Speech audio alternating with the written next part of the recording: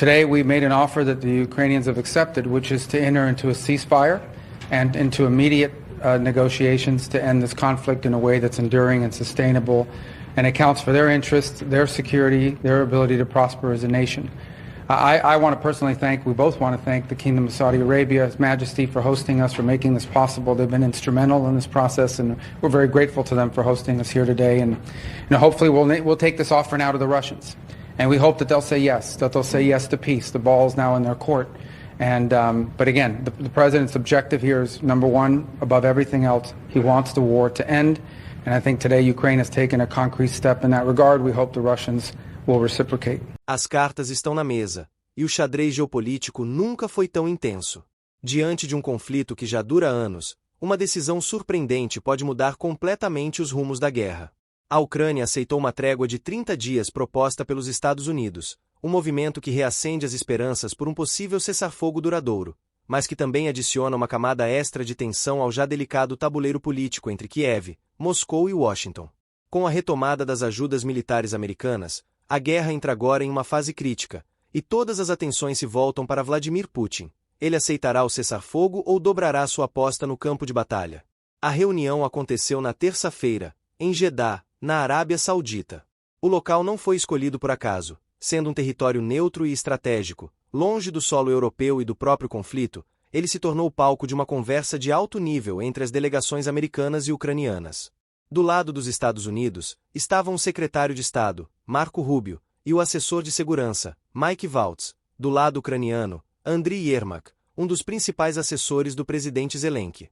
A decisão tomada nesses diálogos marca um ponto crucial no embate entre Ucrânia e Rússia. Os Estados Unidos, após suspender momentaneamente a assistência militar e o compartilhamento de inteligência com Kiev, agora voltam atrás e retomam o suporte. A troca, no entanto, veio com preço. Kiev precisaria aceitar uma trégua de 30 dias, um cessar-fogo total, que não se limitaria apenas a operações no Mar Negro ou ataques aéreos, mas a toda a linha de frente do conflito. Zelensky inicialmente relutou. A posição vulnerável da Ucrânia frente ao avanço militar russo nas últimas semanas o deixava em uma posição delicada. Aceitar um cessar-fogo sem garantias sólidas de segurança poderia ser visto como um sinal de fraqueza. No entanto, o peso da ajuda militar americana e a reabertura do compartilhamento de informações de inteligência foram fatores decisivos. Sem apoio dos Estados Unidos, as chances de resistência ucraniana poderiam desmoronar. Foi um jogo de interesses, e Kiev acabou aceitando a trégua. Esse anúncio veio pouco tempo depois do maior ataque de drones da Ucrânia contra Moscou desde o início do conflito. A ausência da Rússia nas negociações e o silêncio do Kremlin desde então mostram que Moscou não estava disposta a fazer parte das conversações, o que coloca agora um enorme ponto de interrogação sobre como Putin responderá.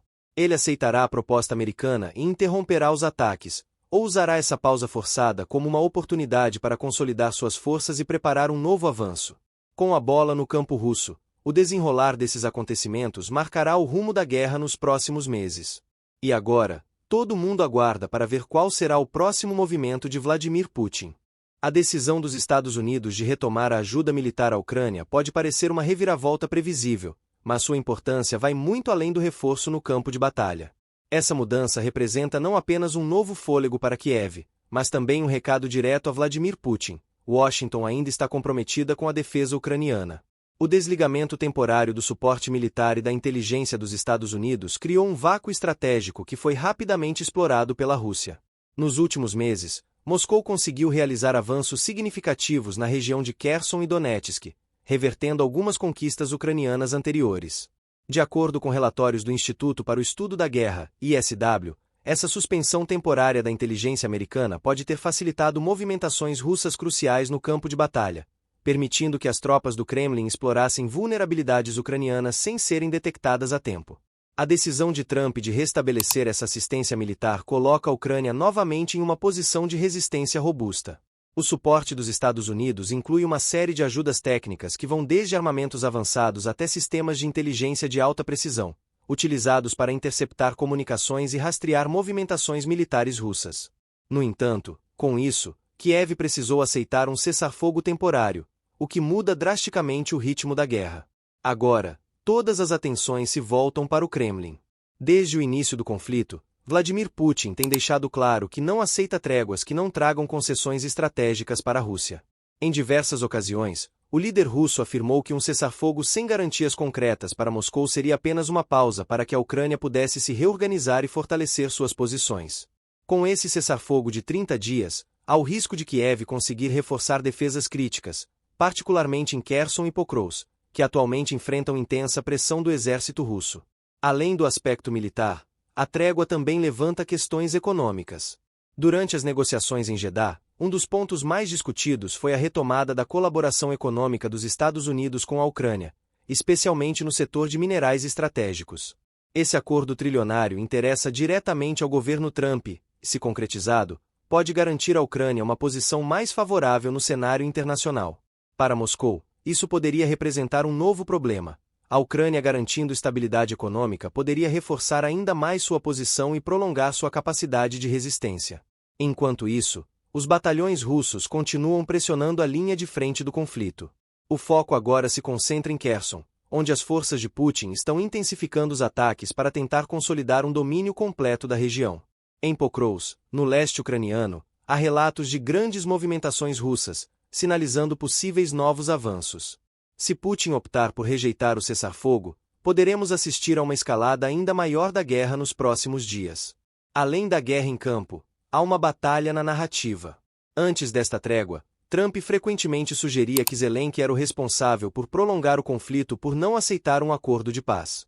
Contudo, agora, com a Ucrânia aceitando a trégua, o discurso de Trump pode se voltar contra Putin. Se Moscou rejeitar o cessar-fogo, o Kremlin será visto como verdadeiro obstáculo para a paz. Isso coloca Putin em um dilema. Ele deve continuar sua ofensiva, arriscando reforçar a imagem da Rússia como agressor intransigente, ou aceitar a pausa e dar à Ucrânia tempo para se rearmar. Com o futuro do conflito pendendo na balança, a decisão de Putin pode moldar os próximos meses da guerra. Será que ele aceitará a trégua imposta pelos Estados Unidos e buscará uma abordagem diplomática, ou dobrará sua ofensiva para garantir o controle definitivo sobre as regiões em disputa? A guerra na Ucrânia atingiu um momento crítico.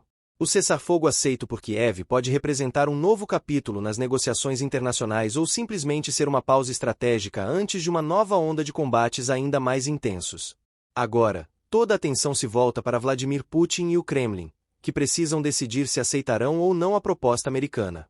Se a Rússia optar por acatar o cessar-fogo, isso permitirá a Moscou consolidar suas conquistas territoriais e dar uma pausa valiosa às suas tropas, que já enfrentam um enorme desgaste no campo de batalha. No entanto, essa aceitação também teria um custo: dar à Ucrânia a chance de receber mais armamentos ocidentais, aprofundar sua parceria econômica com os Estados Unidos e fortalecer suas defesas. Putin estaria essencialmente concedendo um tempo valioso ao inimigo, permitindo que Kiev se reestruture e se prepare melhor para os próximos meses de conflito. Por outro lado, se o Kremlin decidir rejeitar o cessar-fogo e continuar as operações militares, essa escolha pode colocá-lo em uma posição delicada no cenário global.